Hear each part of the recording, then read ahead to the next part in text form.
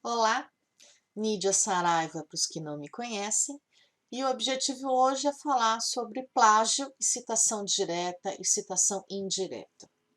Primeira coisa que a gente precisava entender é exatamente o que é plágio. Plágio é quando eu copio algo de alguém ou copio uma ideia e coloco ela no meu texto, coloco ela na minha apresentação, coloco ela no meu material como se aquilo fosse meu, tá? Isso é plágio. Não existe nenhum problema em ler algo muito legal, em ler uma definição perfeita sobre alguma coisa e copiá-la. Este não é o problema. O problema é quando eu copio e não deixo claro que eu estou copiando. Então, é importante que a gente entenda o que é o plágio e é importante que a gente entenda que muita coisa que é legal, que a gente pode sim aproveitar, só que a gente tem que aproveitar da maneira correta, justamente para não cair na tal da figura do plágio. Plágio aparece no Código Civil e aparece no Código Penal, em vários momentos no Código Penal.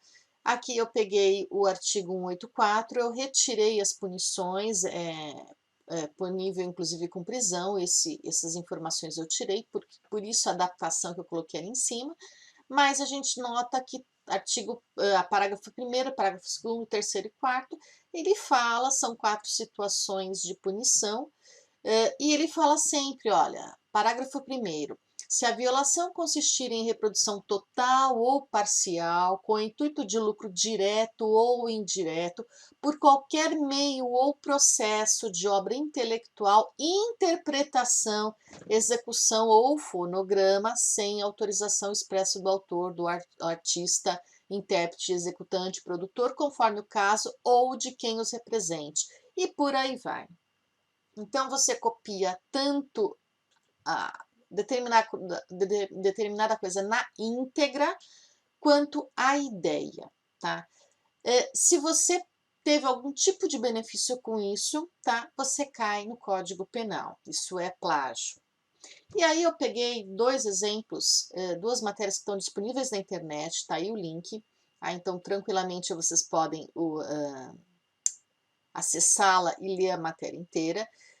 Fiz questão de pegar 2 coisas antigas, 2015, nós estamos falando de bons anos atrás, mas para vocês verem que a figura do plágio, ela existe há muito tempo e esse tipo de implicação, inclusive penal, também existe há muito tempo, tá? Aqui são 2 casos de pessoas que perderam títulos de doutorado e mestrado, e recentemente nós tivemos vários outros casos a respeito, porque fizeram plágio, porque cometeram plágio, porque entregaram um trabalho como se fosse seu para obtenção de um título e na prática esse trabalho era de outra pessoa.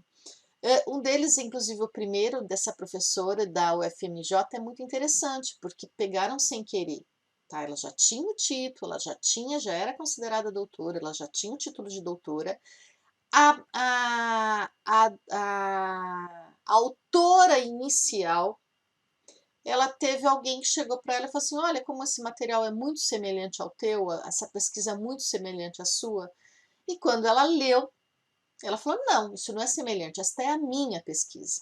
E então ela entrou em contato com a FMJ, relatou o caso, a UFMJ, a UFMG, desculpa, Minas Gerais, a UFMG instaurou um processo, né, interno e no final foi constatado plágio, sim, e cassaram o diploma dessa doutora. Então a gente, se jogar na internet questões de plágio, vocês vão ver a quantidade de coisas que aparecem. Então é bem preocupante.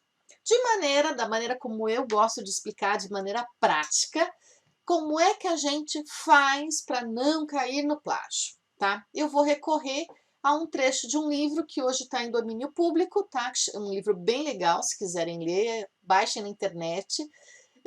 Chama A Revolução dos Bichos, de um autor chamado George Orwell.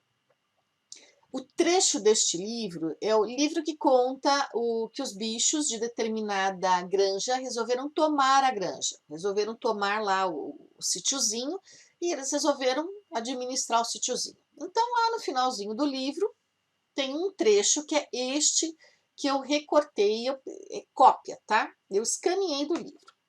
Pela primeira vez, Benjamin, o Benjamin é um dos personagens, é um dos bichos, consentiu em quebrar sua norma e leu para ela o que estava escrito na parede.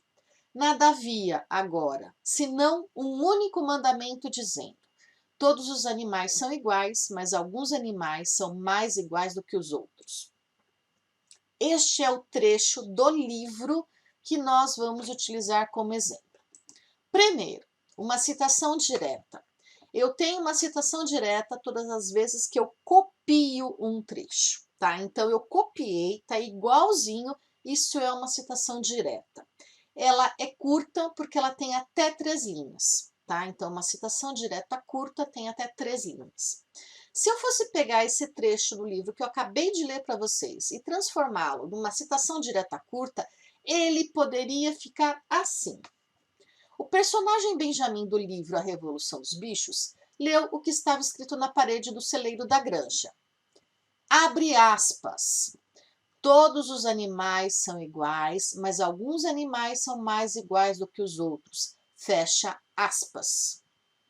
Este trecho colocado entre aspas está dizendo: isto eu copiei. Este trecho não é meu, esse trecho é uma cópia.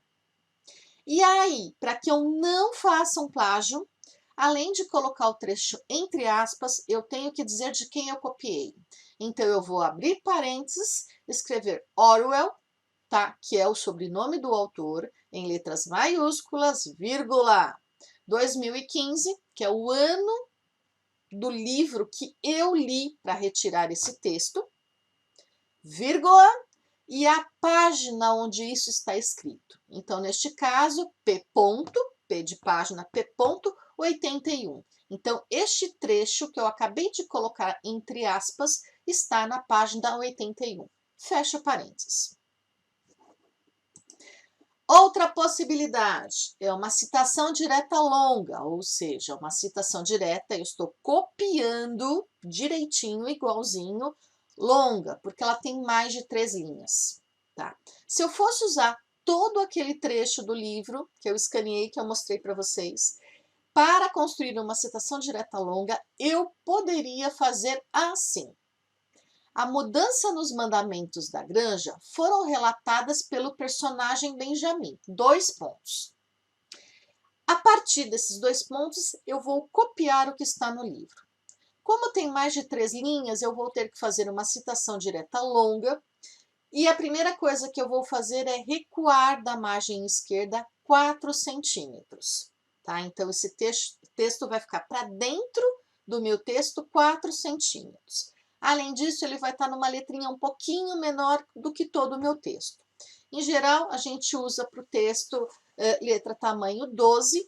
Numa citação, então, uma citação direta longa, ela seria tamanho 10, tá? Um pouquinho menor. Então, eu vou começar a minha citação direta longa, ou seja, a cópia, primeiro recuando 4 centímetros e diminuindo o tamanho da letra para 10. E aí eu escrevo. Pela primeira vez, Benjamin consentiu em quebrar sua norma e leu para ela o que estava escrito na parede. Nada havia agora, senão um único mandamento dizendo: todos os animais são iguais, mas alguns animais são mais iguais do que outros. Novamente, eu tenho que abrir o parênteses e dizer: isto aqui é cópia, eu copiei sim. Copiei de quem? Abre parênteses. Orwell, 2015, P 81. O sobrenome do autor, o ano da publicação que eu estou usando como base para essa cópia e a página de onde eu tirei, tá? Sempre entre parênteses. A última maneira é uma citação indireta, que é quando eu não copio o trecho, é quando eu uso a ideia. Então, eu estou fazendo uma cópia da ideia, tá? Do sentido daquilo, não do texto em si, tá? Exatamente para o mesmo trecho, eu coloquei aqui 2 exemplos, 2 maneiras da gente fazer citação indireta. Primeiro, poderia dizer: o personagem Benjamin, do livro A Revolução dos Bichos, destaca a diferença de tratamento entre os animais da granja, tá? Basicamente é isso que fala aquele trecho. Essa ideia é minha? Não, essa ideia veio do livro A Revolução dos Bichos. Então eu preciso deixar isso claro, de novo, abro parênteses, Orwell, 2015. Neste caso, como eu não copiei, eu não preciso colocar o número da página, tá? Como é só o sentido, eu não preciso colocar o número da página. Ou então, eu poderia criar uma citação indireta de outra maneira. Orwell, abre parênteses, 2015, fecha parênteses. Destaca, através das palavras do personagem Benjamin, que na granja nem todos os animais são iguais. Então, vocês percebem que eu estou falando do mesmo trecho do livro, a ideia é exatamente a mesma. O que muda do primeiro para o segundo é que no primeiro eu expliquei, eu disse o que eu queria, não coloquei o autor, só identifiquei o autor no final, entre parênteses, com letras maiúsculas para o sobrenome do autor, tá? E no trecho seguinte, eu coloquei o nome do autor dentro da frase que eu estava escrevendo. Então, o fato dele não estar mais dentro do parênteses me permite colocar em letra minúscula, mas eu não posso esquecer da mesma maneira de colocar o ano entre parênteses. Ok? Bem curtinho, bem direto, bem objetivo. Espero que vocês tenham entendido. Espero que vocês não cometam mais plágios, ok? Tchau, gente!